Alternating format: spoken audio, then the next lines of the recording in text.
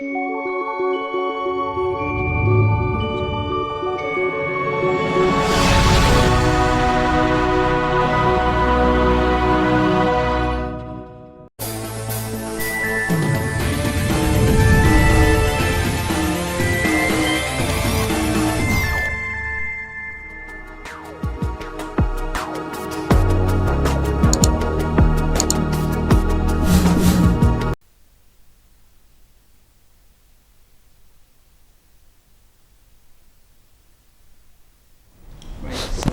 warahmatullahi wabarakatuh. Assalamualaikum warahmatullahi wabarakatuh. Yang terhormat, sama-sama kita banggakan Bapak Sekretaris Jenderal Melaki Pusat. Terima kasih Bapak. Hadir bersama-sama beberapa jajaran pengurus, khususnya pengurus cabang Kabupaten Bone, teman-teman sekalian, staf dinas kesehatan. Alhamdulillah, syukurillah, hari ini kita patut bersyukur, berbangga. Hari ini kedatangan tamu, yaitu Bapak Sekjen Melaki Pusat bersama rombongan di Dinas Kesehatan Kabupaten Bone. Kami atas nama pimpinan Dinas Kesehatan menyampaikan terima kasih Pak Sekjen sudah berkenan singgah di kediaman kami di kantor Dinas Kesehatan. Sebelumnya mohon maaf karena Ibu Kadis tidak berkesempatan hadir langsung bertemu dengan Bapak Ibu sekalian karena ada kegiatan yang sangat penting juga di Makassar. Untuk itulah kami dari Dinas Kesehatan sangat berterima kasih dan mengapresiasi kehadiran Pak Sekjen dan rombongan di Dinas Kesehatan. Mudah-mudahan ada hal-hal positif yang bisa disampaikan ke kami. Untuk itu sebelumnya kami menyampaikan terima kasih.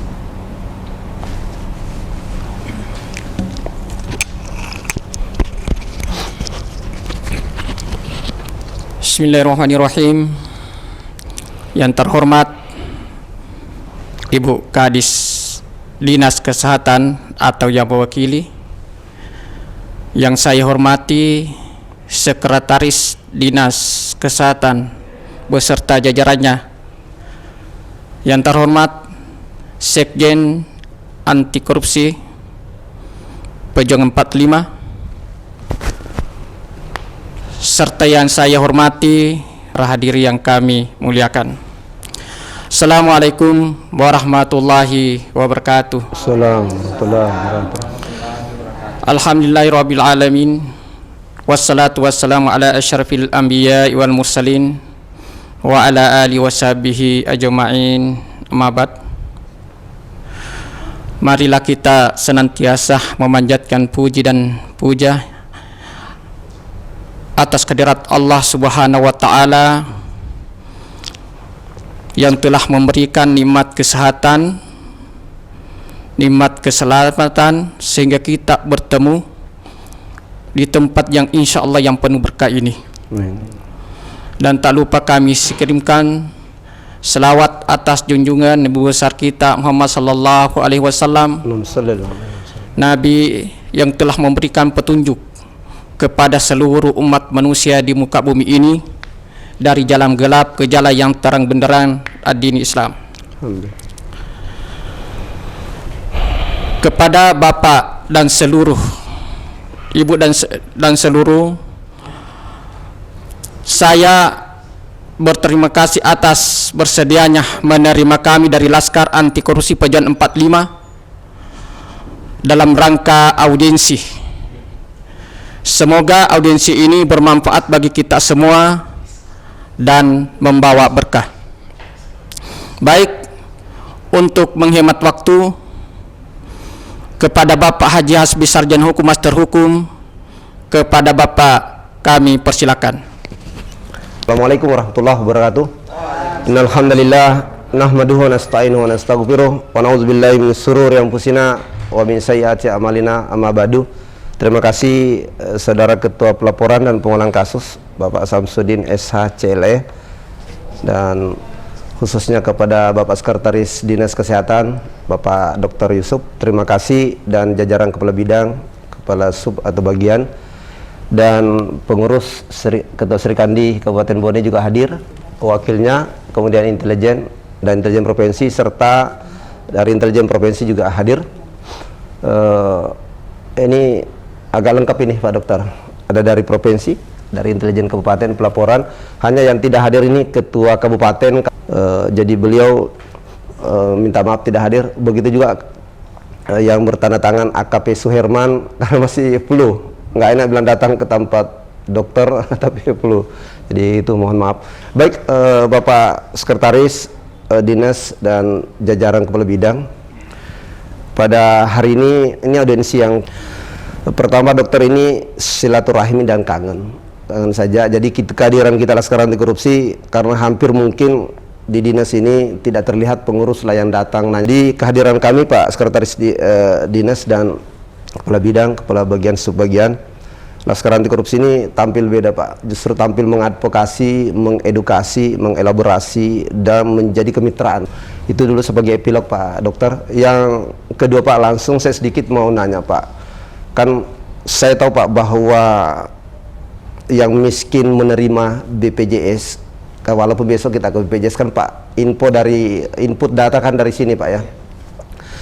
Apakah Pak kira-kira persentasenya sudah sampai berapa Pak yang menerima bantuan bukan mandiri Pak ya, bahasanya gratis apa istilah, saya kemarin agak hafal istilahnya, yang mendapatkan BPJS yang terdaftar Pak dari Kabupaten Bone. Kemudian Pak, bisa nggak Pak itu dievaluasi ulang? Saya masih banyak melihat itu ada yang agak terbilang kaya Pak, tapi mendapatkan bantuan BPJS, tapi ada yang miskin. Walaupun saya tahu dulu kan ada mungkin rekomendasi dari oknum DPR atau oknum camat, oknum desa. Maksud saya Pak, bisa nggak Pak yang bantuan gratis itu murni untuk yang tidak mampu? Sama dengan misalnya stunting tidak mampu, begitu juga pendidikan Pak, PIB kan Pak, Indonesia PIP, Pendidikan Indonesia Pintar, yang tidak mampu ya. Persentasenya Pak yang dapat. Kemudian apakah memang Pak ditarget seluruh masyarakat Bone harus 60% atau berapa persen Pak yang dapat gratis? Adilnya bagi kita yang dibantu gratis itu atau subsidi itu bagian tidak mampu. Karena Pak, kami nggak enak juga negara. Wah, ini orang kok bisa dapat BPJS? Justru Pak, ada orang yang sering kami dapatkan terbaring di rumah sakit, mestinya Pak mau dapat BPJS tapi kasihan nggak dapat. Saya sampai berpikir, bisa nggak direview ulang ini, pendataan ulang Pak, yang data murni orang kesehatan saja lah, nggak usah diintervensi. Karena orang kesehatan Pak, saya yakin, hakul yakin lah Pak, pasti berbuat yang betul-betul normal Pak. Kemudian tadi saya mumpung ini intelijen dari provinsi, ada tadi Pak menitip, ada bangunan baru di Wolangi, kok cepat ya Pak ya? Kok cepat terkelupas? Ini Pak mohon coba Pak dicek. Puskesmas ya? Iya.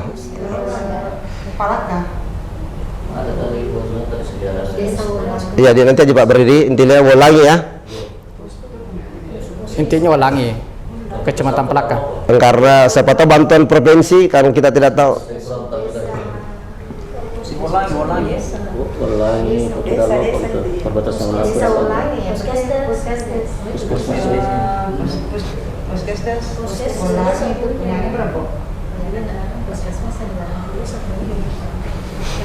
Kemudian yang ketiga Pak Dokter, saya ini semakin bangga melihat di Bone ini kok banyak puskesmas ini bagian rumah sakit. Yang pertama menyanggah. Nah ini menurut saya Pak bagus Pak. Kalau bisa Pak Dokter, jangan ragu Pak mengusulkan anggaran, dimaksimalkan puskesmas di Berebo, itu bagus Pak. Dan banyak puskesmas-puskesmas yang lain seperti di Patiro, kalau boleh mohon Pak, udahlah Pak, dokter-dokter yang baik, anggarkanlah Pak, jangan ragu memberi anggaran demi untuk rakyat Pak. Karena tidak semua bisa tercover langsung ke Tendrewaru Pak. Iya. Nah, kemudian yang keempat Pak, pertanyaan saya, rumah sakit yang ada di Jalan Biru itu apakah masuk pemerintah kabupaten Pak atau yayasan? Iya Pak, kita ingin tahu Pak Dokter, karena kalau memang ada Pak ya kita minta juga Pak, ya jangan ragu Pak, renovasi lah Pak, rumah sakitnya semakin bagus lah Pak. Itu justru kami di sini Pak tampil untuk memberi masukan. Kemudian kalau bisa dokter-dokternya juga Pak, mintalah kepada pemerintah provinsi, ya lebih baik hadirkan dokter-dokter spesial yang alumni Unhas, alumni mana Pak, terumumi misalnya untuk masuk ke sini Pak Dokter. Karena kita ingin melihat Pak Bone semakin maju. Kemudian yang kelima Pak, stunting ini Pak. Saya lihat Pak, stunting ini kan 2020 50 desa. 14 desa, 2021 50 desa. Sekarang Pak 2023 tinggal berapa desa Pak? Saya belum mencoba tadi searching di Google, belum mendapatkan informasi apakah Pak dari 2020 14 kok tiba-tiba naik 50 2021 Pak Dokter. 2022 2023 saya belum mendapatkan Pak. Nah, maksud saya apakah memang angka stunting kita ini, gizi buruk ini semakin sudah tidak ada? Kalau nggak ada ya alhamdulillah Pak. Kita ucapkan alhamdulillah Pak. Bersyukurlah Pak. Karena siapa sih Pak yang mau keluarganya gizi buruk? Mungkin sementara Pak Ketua Pelaporan dan Pengawalan ada sedikit masukan dengan anggota intelijen provinsi selain tambahan ulangi. Silakan mungkin Pak Sam. Sedikit saja. Bismillahirrahmanirrahim. Terima kasih. Simpel aja Pak Dokter. Ini menurut data BPJS tahun 2017 menunjukkan angka penyakit terbesar di Kabupaten Bone ini dari 10 penyakit kalau tidak salah ya. Sampai di mana itu tingkat persentasenya dan apa ini sudah tertangani semua, dan apa-apa penyakit apa itu apa saja di situ, itu satu. Kedua, saya apresiasi Dinas Kesehatan karena ada ibu bidang atau bidang desa yang selalu memberikan bantuan obat cacing di setiap desa per 3 bulan atau 6 bulan sekali kalau tidak salah. Cuma terlepas dari itu, saya sayangkan kok cuma obat cacing aja, kok tidak ada pendekatan gizi. Kita akan tahu semua bahwa mulai dari ibu kehamilan sampai usia lanjut itu kan dikasih gizi bagaimana kita ini bisa mencegah penyakit-penyakit yang tidak diinginkan. Artinya ini hanya sekedar masukan, kok hanya bisa obat cacing begitu. Itu. Ketiga, saya pernah melihat salah satu kantor desa dari dokter salah satu kecamatan turun memberikan penyuluhan tentang kesehatan atau apa. Cuma saya ini kok tanya-tanya di situ, kok ada tes tensis darah aja kok dibayar gitu 5.000 atau berapa. Jadi saya sayangkan itu kok tidak diberikan secara gratis supaya di tingkat menengah ke bawah itu bisa menikmati. Ya, saya kira begitu Pak Dokter. Terima kasih. Terima kasih Pak Sekjen dengan Pak Sam. Berkaitan dengan layanan jaminan kesehatan nasional yang dilaksanakan oleh BPJS Kesehatan, perlu kami sampaikan bahwa per Februari 2023 ini Bone sudah masuk dalam kategori pelayanan universal health coverage UHC yang dipersyaratkan bahwa minimal 95% penduduknya sudah didaftarkan sebagai peserta JKN. Nah, Bone saat ini berada di angka 98% lebih. Artinya bahwa setiap penduduk Bone tidak perlu lagi ragu dengan penjaminan kesehatan dengan posisi ini. Karena di status UHC setiap daerah bahwa jika ada yang membutuhkan layanan kesehatan, maka langsung didaftarkan di BPJS Kesehatan dan berhak mendapatkan layanan sesuai dengan ketentuan yang berlaku. Nah, dan ini menggembirakan karena Bone UHC-nya UHC non cut off namanya. Ya, UHC non cut off itu adalah sistem UHC di mana tidak perlu lagi menunggu 14 hari aktif. Yang jelas di saat didaftarkan oleh pemerintah daerah melalui program UHC itu, maka BPJS Kesehatan tidak ada pilihan lain, harus mendaftarkannya sebagai peserta dan hari itu juga mendapatkan hak-haknya sebagai peserta. Masya Allah. Nah, itu alhamdulillah Bone, dan ini sebagai sebuah legasi menurut saya dari sekian banyak program pemerintah yang dilaksanakan di masyarakat. Ini legasi yang terlepas dari kekurangan-kekurangan yang ada, ini legasi yang sangat fundamental bagi masyarakat kita. Nah, tentu kami dari jajaran kesehatan berharap bahwa kebijakan seperti ini harus dipertahankan, terlepas nanti siapapun nanti sebagai bupatinya ya, atau penjabat setahun ini, terlepas dari itu, karena memang membutuhkan anggaran tidak sedikit. Ya, kami di 2023 ini paling tidak telah menyiapkan anggaran 115 miliar dalam rangka mengcover program UHC ini. Jadi untuk itu tidak ada lagi masalah. Insya Allah masyarakat Bone kami berharap tetap sehat semua, jaga kesehatan. Tapi jika seandainya sakit dan membutuhkan layanan kesehatan, insya Allah dengan bermodalkan KTP atau NIK Bone, setiap fasilitas kesehatan, biar di luar Bone pun siap melayaninya. Masya Allah. Ya, itu. Terus yang kedua, berkaitan dengan apa lagi tadi? Rumah sakit kita. Ya, rumah sakit kita di sana itu di Gatot Subroto adalah salah satu rumah sakit milik pemerintah daerah. Ya, walaupun memang kelasnya adalah kelas C ya, dibandingkan dengan rumah sakit Tenri Waru sedikit lebih rendah. Ya, artinya bahwa dari segi penjenjangan rujukan, maka dari fasilitas kesehatan tingkat pertama, apakah itu puskesmas, klinik dan sebagainya, maka rumah sakit kelas C inilah yang paling awal berpeluang untuk memberikan layanan. Ya, kita setuju bahwa rumah sakit kita ini secara pelan-pelan memang kita tingkatkan kapasitasnya, dan alhamdulillah di tahun 2023 mereka sudah mendapatkan gedung perawatan baru di belakang. Ya, insya Allah. Jadi dulu rumah sakit kita ini ketika akan menerima pasien, terkadang ya jumlah tempat tidurnya yang tidak cukup. Sekarang ini sudah ada penambahan gedung berlantai 2 di belakang, insya Allah sudah bisa memenuhi harapan masyarakat. Nah, kemudian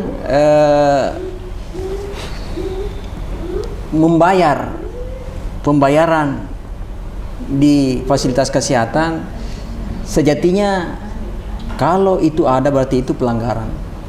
Tidak ada lagi sistem pembayaran yang boleh ditarik di puskesmas sepanjang memenuhi ketentuan dan syarat berlaku.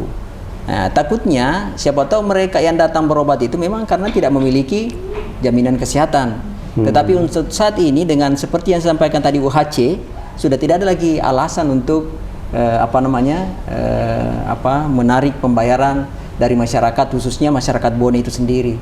Ya, kecuali kalau mungkin dari luar. Tapi dari luar pun kalau kesempatan pertama, kedua, ketiga, itu juga dianjurkan supaya tetap diberlakukan jaminan kesehatannya, tidak ada masalah.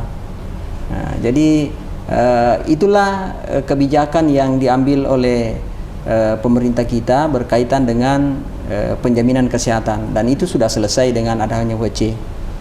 Nah, kemudian Pak Intelijen, saya kira terima kasih atas temuannya Pak. Saya kira kalau saya lihat foto tadi itu mungkin adalah puskesmas atau poskesdes. Ya, kalau poskesdes itu ya saya belum lihat ya. Kalau poskesdes itu adalah fasilitas milik pemerintah desa. Ya, kewenangannya desa. Ya, walaupun kami bukan punya kewenangan kami, tapi kan yang bergerak di situ petugas kesehatan. Insya Allah kami akan mendorong pemerintah desa juga untuk bagaimana membenahi.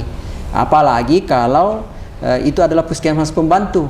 Nah, yang notabene juga masih kewenangannya dinas kesehatan, itu menjadi perhatian dari kita. Jadi terima kasih Pak. Insya Allah nanti itu kami minta itu di mana tadi, di Wolangi di? Ya, Wolangi itu masuk. Dia tidak ada papanan itu, kayaknya baru di situ. Oh iya, mungkin. Nggak ada plakat ya? Puskesmas baru. Ya, Berbo. Apa lagi tadi? Stunting. Ya, stunting, berkaitan dengan stunting, Bone ini dari 2021 ke 2022 ya ada sedikit angka perbaikan yang menggembirakan. Alhamdulillah. Ya, dari angka 34,1% meluncur menjadi 27,8%. Bahkan di tahun itu Bone menjadi penyumbang penurunan stunting yang sangat signifikan bagi Sulawesi Selatan. Karena kalau tidak ada Bone yang turun angkanya sampai 7%, maka Sulawesi Selatan menggeleng-geleng saja. Ya, alhamdulillah. Dan kita berharap di akhir RPJMD ini, termasuk juga bagian amanat pemerintah pusat, kita akan bersama-sama menurunkan angka stunting ke 14% di tahun 2024. Nah, kalau penurunan 7% seperti itu berlaku terus-menerus selama 2 tahun terakhir nanti, kami optimis bahwa Bone itu akan bisa menyelesaikan angka stunting sesuai dengan di bawah 14%. Walaupun sebenarnya pendataan angka stunting itu kan dilakukan setiap 5 tahun sekali. Berdasarkan survei status gizi Indonesia. Sekarang ini ada lagi tim enumerator turun ke lapangan untuk melakukan survei kesehatan Indonesia sebagai pengganti survei status gizi itu. Di dalamnya sudah ada juga survei gizi di dalamnya. Kita berharap Bone akan turun lagi. Nah, kalau kita berdasarkan dengan data yang didapatkan oleh teman-teman petugas gizi yang melalui pelaporan EPPGBM, sebenarnya angka itu sebenarnya sudah jauh lebih rendah. Ya, di bawah 5% sebenarnya. Ya, bahkan sekarang ini kami di Bone, kalau kita mau tanya-tanya jujur, Pak Camat, Pak Desa, kalau diberikan laporan, kamu angka stuntingmu ada sekian, dia bertanya, kemana lagi saya mau cari? Ya, tapi sekali lagi, angka itu adalah angka yang ditemukan oleh enumerator survei status gizi. Kita tidak bisa juga semata-mata hanya bisa membela diri bahwa tidak ada lagi, tidak apa-apa, itu dianggaplah itu hal positif sebagai informasi supaya kita bersama-sama bergeliat untuk melihat apakah memang betul masyarakat Bone masih ada stunting. Ya, syukur-syukur kalau tidak ada yang kita dapat. Ya, syukur-syukur kalau tidak ada yang kita dapat. Dan insya Allah dengan upaya bersama kita di Bone ini ada namanya tim percepatan penurunan stunting secara kabupaten, ya dibentuk oleh Pak Bupati. Secara bersama-sama kan kita ini dengan adanya stunting sebenarnya di satu sisi pekerjaan yang menjadi berat bagi petugas kesehatan, tapi di sisi lain ada kesyukuran juga. Kenapa? Karena dengan adanya istilah stunting yang mengemuka di masyarakat, ya bukan lagi persoalan kesehatan itu yang semata-mata menjadi sorotan kalau ada gizi buruk, ada stunting. Ya beda dengan beberapa tahun lalu sebelum ada istilah stunting. Kalau ada orang kurus, ada cacingan dan sebagainya, mana kesehatan, mana dokter, mana rumah sakit. Padahal ternyata ya persoalan stunting itu kan urusannya bukan urusan kesehatan semata. Ya, kesehatan hanya semata-mata fokus pada intervensi spesifiknya. Kapan dia lahir, mulai hamil, imunisasinya, gimana dan seterusnya sampai dia meninggal. Tetapi bagaimana faktor non kesehatan? Ya, lingkungan hidup, ya, kemudian bagaimana sanitasi dan stresnya, banyak sekali, ketahanan pangan. Justru itulah yang berperan jauh lebih tinggi dibanding intervensi spesifiknya. Ya, jauh lebih berperan intervensi spesifiknya, sensitifnya dalam hal penurunan stunting itu. Dan insya Allah kami optimis di 2023 menjelang 2024 angka stunting kita akan terus turun. Nah, berkaitan dengan obat cacing. Obat cacing itu adalah program pengendalian penyakit menular yang kita integrasikan biasanya dengan kolaborasi dengan dunia pendidikan, termasuk Kemenak, karena Kemenak mengasuh madrasah dan seterusnya. Nah, pemberiannya biasa 6 bulan sekali, Pak. Setiap bulan Februari dan Agustus. Ya, memang kalau kita melihat, ya, angka kecacingan anak kita kalau dites masih ada. Ya, kenapa demikian? Karena masih ada hal memang yang perlu kita perbaiki. Anak kita dikasih obat cacing, dia tidak minum.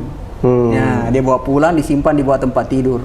Nah, sekarang ini teman-teman puskesmas sudah mulai melakukan upaya-upaya inovasi, ya minum di depan guru atau depan kepala sekolah. Betul. Depan guru, depan kepala sekolah supaya memastikan bahwa obat cacingnya itu dikonsumsi dengan baik, dan insya Allah 6 bulan kemudian diberikan lagi. Ya, bukan hanya obat cacing, banyak hal program kesehatan yang terpadu dengan pendidikan yang kita telurkan di masyarakat. Dan sejauh ini terus terang saja teman-teman di sektor pendidikan dengan Kementerian Agama betul-betul memberikan koordinasi dan kerjasama yang sangat baik. Contoh misalnya di remaja-remaja putri kita itu kita berikan tablet tambah darah. Ya, tablet tambah darah untuk mencegah anemia, kekurangan darah yang salah satu nanti ujung-ujungnya menurunkan angka stunting, mempersiapkan dia menjadi ibu-ibu yang melahirkan anak yang sehat. Nah, itu. Apa lagi? Stunting tentang apa lagi? Tadi pertanyaan Pak Sekjen. Ya? Rumah sakit penyangga. Ya. Puskesmas. Ya. Jadi Bisa dimaksimalkan Pak Dokter. Bone ini ada 38 puskesmas. Masya Allah. 38 puskesmas itu tergolong fasilitas kesehatan tingkat pertama. Kemudian berjejaring dengan beberapa klinik yang rata-rata milik swasta begitu. Ada juga milik pemerintah melalui TNI. Nah, itu statusnya adalah FKTP. Nah, kemudian ada 4 rumah sakit sekarang yang sementara operasional. Pertama Rumah Sakit Tenrewaru kelas B itu, kemudian ada Rumah Sakit Pancetana kelas C yang sampaikan tadi masih milik pemerintah daerah. 1 rumah sakit milik Departemen Pertahanan, Rumah Sakit M. Yasin. Ya, kemudian ada 1 rumah sakit swasta, Rumah Sakit Hafsa. Ya, kemudian ada lagi rumah sakit swasta yang juga menjadi satu anak perusahaan dengan Hafsa itu. Izin operasional sudah keluar, tetapi belum beroperasi murni di masyarakat. Itu Rumah Sakit Hamuna di Kajuara. Nah, terus ditambah, alhamdulillah hari ini, insya Allah besok akan ada peresmian rumah sakit Lamapa Pening yang merupakan rumah sakit milik pemerintah provinsi, ditempatkan di Bone, yaitu kelasnya C. Nah, kalau kita melihat jumlah rumah sakit itu dengan distribusinya yang ada, sebenarnya memang masih timpang dengan kondisi Bone yang 27 kecamatan, yang rentang kendalinya yang begitu luas Pak Sekjen. Jadi kalau misalnya ada kasus rujukan dari FKTP tadi, baik klinik maupun puskesmas, maka kendalanya itu tadi ya masih memerlukan waktu yang cukup lama. Ya, jarak tempuh yang lama, kemudian ditambah dengan faktor misalnya infrastruktur jalan yang belum memaksimalkan bisa mempersingkat waktu. Ya, tapi paling tidak dengan kehadiran rumah sakit baru lagi ini, harapan kita mudah-mudahan rumah sakit ini bisa menyiapkan layanan yang lebih variatif dibandingkan rumah sakit yang sudah ada. Dalam artian bahwa jenis layanan keahlian baik spesialistik maupun subspesialistik bisa lebih bervariasi di sana, sehingga kasus-kasus yang selama ini kita tidak bisa tangani di 4 rumah sakit tadi yang sudah operasional, kemudian ketika butuh rujukan dibawanya ke Makassar, ya bisa dibelokkan ke rumah sakit yang baru ini, notabene tetap berada di wilayah Kabupaten Bone. Saya kira itulah upaya-upaya kita. Di samping itu memang sambil lalu kita melakukan investasi secara jangka panjang dalam hal bagaimana kita mempersiapkan sumber daya dokter spesialis, terutama yang bersumber dari putra-putra daerah sendiri. Ya, daerah ini tidak punya kemampuan uang lebih untuk memberikan beasiswa kepada mereka, tapi paling tidak melalui tanda tangan para petinggi-petinggi kita, Pak Bupati, Kepala Dinas, itu sangat penting di dalam hal meloloskan mereka supaya lolos sebagai peserta didik dokter spesialis. Dan kami sudah mencoba bahwa sejak kami ada di sini beberapa tahun lalu, 2 tahun ini, kami mencoba mengikat mereka. Ya, ketika teman-teman mau sekolah, mau minta rekomendasi dari Pak Ibu Kadis, Pak Bupati, ya bikinlah surat pernyataan dari notaris kembali ke Bone. Nah, ini dileci saya banyak di sini sekarang, Pak Ketua. Wajib ya, itu. Artinya paling tidak mereka, saya berharap 2 tahun ini saya sudah mulai panen. Ya, mereka sudah selesai, kami bisa tagi-tagi, jangan kemana-mana, cukup di Bone lah. Ya, walaupun memang nanti setelah selesai mereka diperhadapkan pada pilihan, ada daerah yang tawari mereka insentif yang banyak. Ke Kalimantan, Pak Ketua. Kalimantan sampai puluhan juta, mana ya banyak yang tawari begitu ya. Itulah, tapi maksud saya bagaimanalah supaya jiwa pengabdian di daerah kita ini bisa dipenuhi sambil kita berdoa mudah-mudahan Bone juga punya kemampuan juga nanti suatu saat bisa memberikan hal lebih kepada petugas-petugasnya. Ada nggak kerjasama dengan dunia pendidikan untuk mengantisipasi anak didik sekarang kan Pak, banyak potensi dari laporan intelijen ini, anak didik kita ini sudah masuk Pak pengaruh narkoba. Maksud saya Pak, ada nggak Pak kerjasama dari Dinas Kesehatan dengan Dinas Pendidikan untuk tes urinnya, supaya karena sekarang Pak kalau nggak ada uang Pak bahkan sampai ngisap lem. Nah itulah, jadi kami kan di kesehatan ini rata-rata biasa menyelesaikan akibat dari sebuah peristiwa di depan. Ya, artinya begini, pergaulan bebas anak-anak kita melalui HP, terus pergaulan yang tidak terkendali, dampaknya ya konsumsi lem paling sederhana. Ya, larinya ke kesehatan. Ya memang program-program kita coba perkenalkan, tentu kolaborasi dengan sektor yang paling berkepentingan dalam narkotika, ya BNNK kebetulan ada di Bone. Ya ada program Gemar Benar, ini Dr. Mawar dulu perkenalkan waktu dia masih kepala puskesmas di Barabok sana, gerakan masyarakat bersih narkoba. Ya tapi kan sekali lagi memang persoalan keberlanjutannya program itu yang selalu menjadi kendala. Dan saya terus terang apresiasi ada OPD di sini, ya Satpol PP sebutlah begitu, melakukan upaya pencegahan, memeriksa semua stafnya, tutup pintu, periksa semua. Setuju. Saya mendorong sebenarnya, tolong BKPSDM begitu semua, tidak ada yang berani. Setuju. Cuma kembalinya lagi pelanggaran Pak Sekjen. Jadi reagensnya untuk memeriksa narkoba itu kan tidak murah. Nah, tapi misalnya kalau kita ada kemauan sebenarnya bahwa sekali-sekali lah kita sidak. Misalnya Dinas A lagi pertemuan di aulanya, datang BNNK kerjasama Dinas Kesehatan, ya kita ambil sampel petiklah 5 orang untuk kita periksa, pasti tidak ada yang berani. Ya mulai dari ASN lah tidak ada yang berani. Iya nggak berani. Ya itulah. Pasti. Nah tetapi ya sekali lagi kembali ke persoalan ya penganggaran, ya kita berharap upaya-upaya ke arah sana tetap ada. Nah memang kalau dari segi informasi itu selalu ada saja, karena teman-teman dunia pendidikan juga sudah mulai mengeluh, anak-anak kami ini ngeri, Pak. Ya ngeri, dan kolaborasi kami dalam bentuk biasa penyuluhan di sekolah, bagaimana mengenali tanda-tanda anak-anak kita yang misalnya tidak biasanya, itu kan tanda-tanda mulainya tidak biasanya begitu, kok begini lagi sekarang. Nah itu bagaimana orang tua juga menghadapinya. Dan memang persoalan narkoba ini memang harus keterlibatan semuanya, ya baik dunia pendidikan, kesehatan, termasuk juga orang-orang tua yang ada di rumah itu, untuk mendeteksi secara dini persoalan narkoba pada anak-anak kita. Maksud saya izin Pak Dokter nambahkan, kalau stunting ini kan Pak ada klaster-klaster, ada dari seluruh 300 desa lebih Pak, 350-an kan diambil misalnya dari 2020 50 turun ke 14. Maksud saya Pak, kalau untuk pecandu narkoba bahkan supply ini saya kan tidak bisa sebut potensi. Paling misalnya di Barabok titik ini, di Telusateng titik, nggak banyak titik sih Pak. Jadi saya sampaikan juga ini ke BNN, kepolisian kemarin, kemudian Dinas Pendidikan juga, yang terkait dengan ini Pak, saya bilang ayo Pak, karena generasi masa depan kita kan dari mereka Pak. Ya. Kita ini kan bahasanya Pak sudah berlalu nih, kan mereka nanti Pak calon pemimpin yang ganti Pak Dokter, ganti kita kan Pak mereka semua. Ya kalau mereka Pak memang tampil dari awal sudah teler, bagaimana Pak ke depan pemerintahan Kabupaten Bone. Jadi maksud saya Pak, coba Pak diusulkanlah Pak Sekretaris Kadis untuk ada fokus anggaran, nggak banyak sih Pak, karena yang pengaruh lem ini sedang nggak banyak. Jadi makanya Pak saya minta kemarin Pak Kapolres bilang Pak, tolong kalau konsumsi narkoba ini jangan ditangkap Pak, direhabilitasi Pak, kasihan anak-anak miskin Pak. Tapi kalau pengedar hukum mati pun, kalau bandar. Jadi saya Pak kemarin selalu garis bawahi, biar Pak saya di BNN Nasional saya bilang tolong Pak jangan ditindak, justru ditindak Pak orang tuanya tambah merintih. Nah cuma memang kesalahan ini Pak nggak bisa dibebankan pemerintah saja Pak, dalam hal ini Dinas Kesehatan dan seluruh dinas terkait pendidikan. Tapi orang tua harus berpartisipasi, karena kelihatan Pak anaknya ini kok berbeda gerakannya, nggak kayak biasanya, tiba-tiba muru dan tiba-tiba nggak mau makan, nggak mau ini. Nah, karena anak sekarang Pak ada yang kalau habis makan yang nggak mau Pak kalau nggak mengisap itu.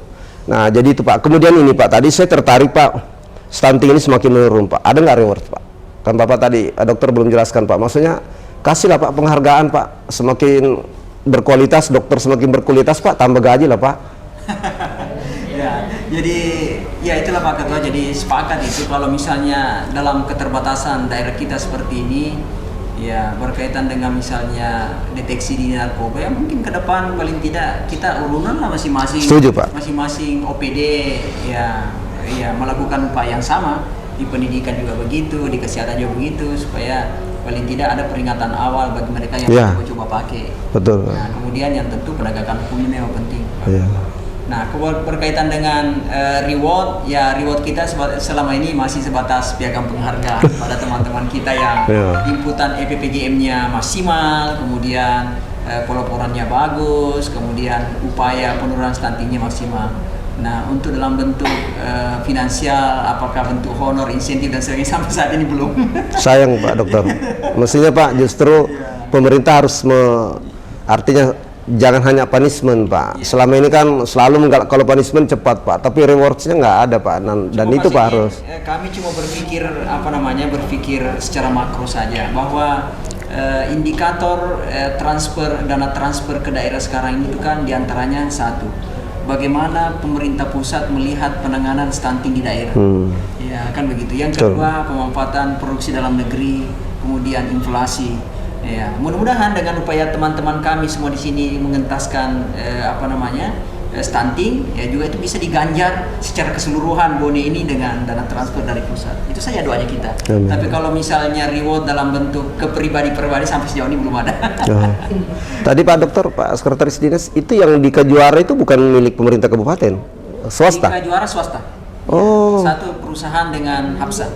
Oh, luar biasa ya, berkembang. Ya, kita jadi, berterima kasih juga. Kita dari pemerintah tentu berterima kasih kepada semua sektor, ya termasuk lebih lagi swasta yang mau peduli dengan menanamkan modal di bidang kesehatan. Ya kan bukan perkara gampang, itu padat modal dan investasi di bidang kesehatan ini yang menjadi persoalan besar itu ada persoalan sumber daya. Ya, ini ada pengusaha yang membuka di sana, alhamdulillah. Ya sedikit Pak, Rumah Sakit Hapsa sempat dulu terdengar bahwa dicabut lagi BPJS, benarkah itu hoax atau hoax? Benar. Kenapa dicabut Pak Dokter? Jadi begini, Rumah Sakit Hapsa itu, dan bukan cuma Hapsa, ada beberapa fasilitas kesehatan ya kena penalti dari BPJS. Ya, sempat dihentikan kerjasamanya. Kerjasama BPJS itu dilakukan setiap tahun, dievaluasi. Nah, untuk kemarin itu Rumah Sakit Hapsa kebetulan ditemukan ada fraud. Ada fraud yang secara administrasi sudah diselesaikan, tapi tentu penyelesaian administrasinya itu sudah selesai, tapi harus diikuti dengan penalti tadi itu dari memutuskan kerjasama. Oh, bukan isunya terbalik Pak, dari yang didengar masyarakat karena BPJS nggak bayar Rumah Sakit Hapsa. Oh, bukan. Nah, biar ini publik Pak, semua tahu. Jadi tetapi itu semua sudah memang begitu prosedurnya, ya. Jadi kerjasama tetap dibangun kembali setelah komitmen indikator dipenuhi, ya jalan kembali, sudah selesai. Sekarang sudah semua hal yang dianggap tadi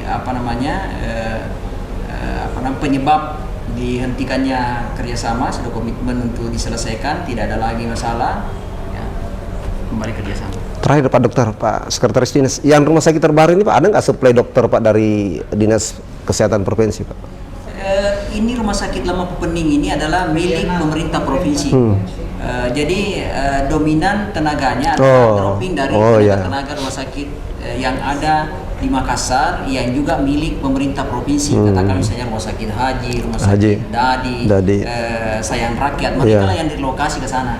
Ditambah dengan tenaga-tenaga yang juga dari kami sebagian, yang memang masih memungkinkan untuk berpraktek di 2 tempat atau 3 tempat. Ya, ditambah lagi tentu tenaga-tenaga non PNS-nya yang outsourcing dan sebagainya, ya putra daerah lah di sana banyak.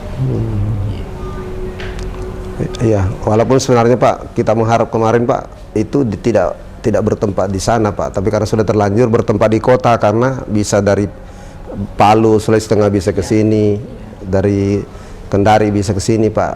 Ya, dari Kolaka pun bisa nyebrang ke sini. Ya, seperti itu yang kita usulkan, sentra bisnis ke depan Pak, jangan di Makassar semua, di Bone. Ya, sampai-sampai pertanian kita usul Pak, ke depan pakan itu jangan di Surabaya Pak, pakannya harus di Bone supaya karyawan Pak bertambah. Kan jagonya Pak dari Bone dikirim ke Surabaya, beli pakannya ke Surabaya, dari Surabaya. Jagung kuning di sini. Iya, sama dengan terkenal oleh kursi Jepara. Jatinya sekarang banyak dari Bone Pak, dikirim ke Jepara. Nanti kursi yang jadi dari Jepara, kan lucu Pak. Lebih baik teknisinya, ahlinya dibawa ke sini Pak. Betul. Nah, jadi sekaligus ya ahli ilmu pengetahuan dari mereka. Pak Dokter, tadi yang dikasih rekomendasi dari dinas provinsi ke bupati atau DPR, kemudian lulus menjadi calon dokter spesialis di ada nggak sanksinya Pak kalau misalnya dia ogah, nggak mau aku kembali kampung halaman deh.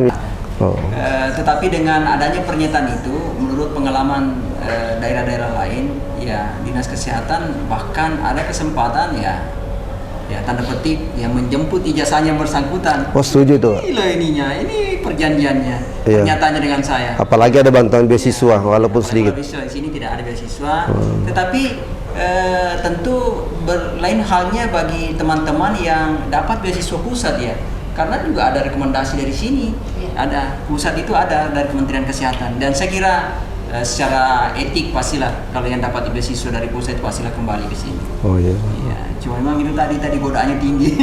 Iya. Terutama dari daerah Kalimantan itu yang banyak godaan. Iya. Karena insentif banyak disiapkan. Itulah banyak. Ya lain. Cukup. Karena kita hari ini Ya, silakan. Jadi ada satu hal yang menjadi pekerjaan kita ini, pekerjaannya Dr. Mawar ini di bidang pencegahan penyakit. Maksud saya mau menegaskan kembali bahwa memang urusan kesehatan tidak bisa selesai dengan sektor kesehatan sendiri. setuju. Ya contoh tadi stunting. Nah, yang paling mengemuka ini orang dengan gangguan jiwa.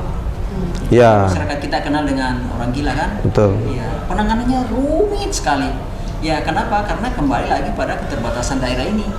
Ada beberapa sektor yang masih terlibat, sosial, ya, kemudian Satpol PP, tenaga kerja, Dukcapil, kesehatan tentu sendiri.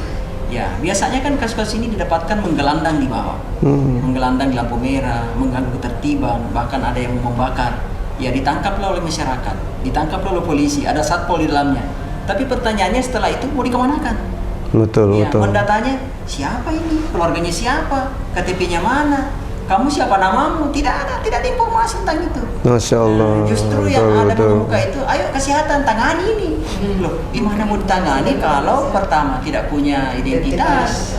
Sementara kan ini nih syarat untuk ditangani di rumah sakit jiwa dan sebagainya identitas. Pak Dokter, kenapa nggak jadi wakil bupati aja? Karena ini idealisnya bagus sekali nih. Nah, kemudian yang kedua, kasus-kasus kita itu adalah cenderung kasus berulang.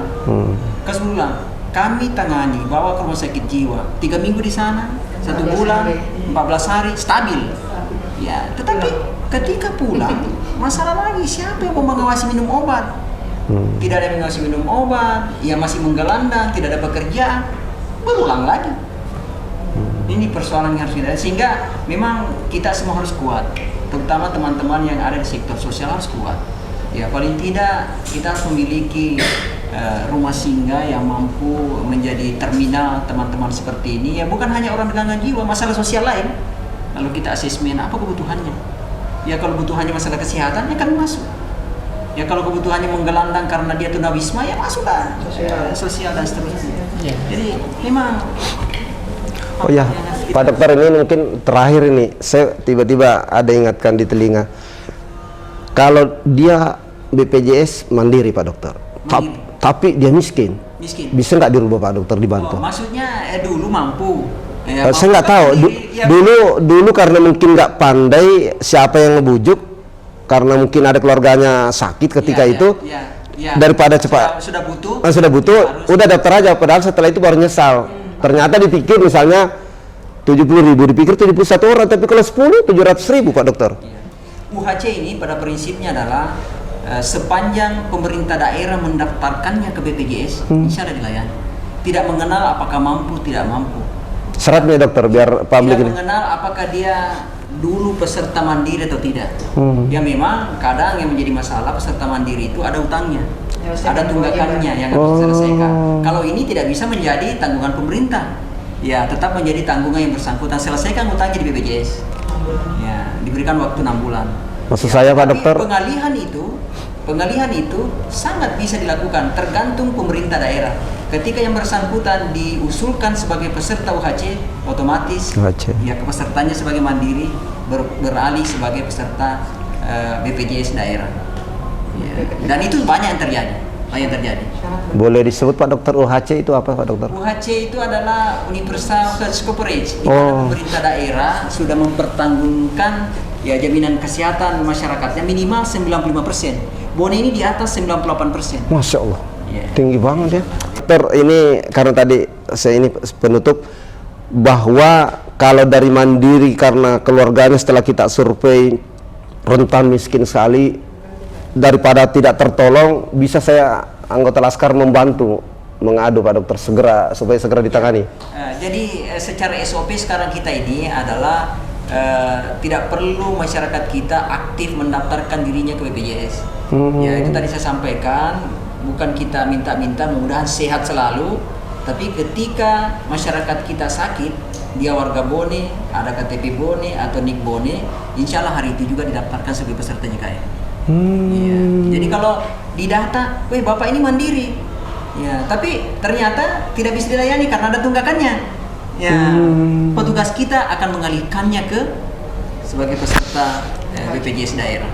Dan ini luar biasa ini. Ini Pak Sekjen, kami ada grup pelayanan UHC, di dalamnya ada Dukcapil, ada Dinas Sosial, ada BPJS Kesehatan dan Dinas Kesehatan sendiri. Ini puluhan bahkan ratusan tiap hari masyarakat kita yang dulu sebelum ada program UHC, inilah yang berteriak dilayani, tapi tidak ada kartu JKN-nya. Tapi per Februari 2023 kemarin ini tidak ada masalah. Tinggal teman-teman puskesmas memasukkannya di grup. Ini loh ada masyarakat KTP-nya ini dicek, oh tidak ada pesertanya. Langsung sosial kirim datanya ke BPJS respon, hari itu juga kasih nomor ke peserta. Selesai. Tapi kenapa BPJS kok masih mengedepankan mandiri situ kalau orang datang? Mandiri BPJS itu kan adalah bagian dari salah satu produk layanan. Tetap dia akan jual. Ya, tetapi bagi daerah seperti kita di Bone, ya memang tetap silakan tawarkan, tapi dalam kondisi tertentu masyarakat kita tidak mampu lagi mandiri atau bahkan memang miskin, ya jangan khawatir, pemerintah daerah sudah ambil alih. Masya Allah, ini yang menarik. Ini UHC kita ini. Masya Allah, menarik ini. Ini salah satu legacy yang mesti harus kita langgengkan. Siapapun pemerintahnya ke depan, ini harus tetap didukung. Ya, karena saya kira ya buat apa kita berjuang dengan hal-hal yang sifatnya fisik, tapi kalau masyarakatnya tidak ada jaminan kesehatan, apa percuma.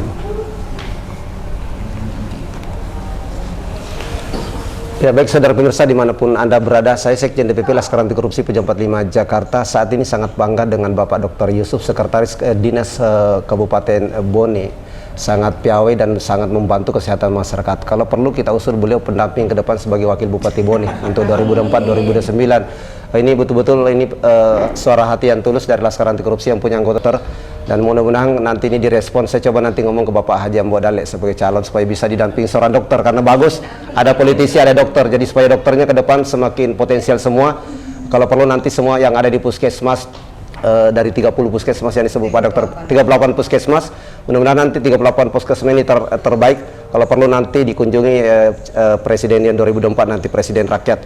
Nah mudah-mudahan Bone dikunjungi oleh Presiden, mungkin ikon dari Dinas Kesehatan. Sekali lagi, ikon dari Dinas Kesehatan atau ikon dari pertanian, itulah kita harap untuk menjadi cerminan Bone ke depan. Sekali lagi, saya Sekjen DPP Laskar Anti Korupsi Pejam 45 sangat terharu dan bangga. Dokter kita kali ini dokter-dokter yang cantik semua. Kepala bidang, kepala bagiannya sangat super luar biasa, dan Bapak Gubernur, Bapak Presidennya, dan Bapak Menteri Kesehatan yang menonton nanti YouTube channel kita ini, kalau perlu dikasih award yang mendapatkan prestasi terbaik untuk penanganan stunting di Kabupaten Bone. Sekali lagi, jangan hanya dikasih piagam, tapi kasih penghargaan baik pendidikan atau kualitas atau tunjangan, kalau perlu kasih rumah jabatan. Terima kasih. Assalamualaikum warahmatullahi wabarakatuh. Waalaikumsalam.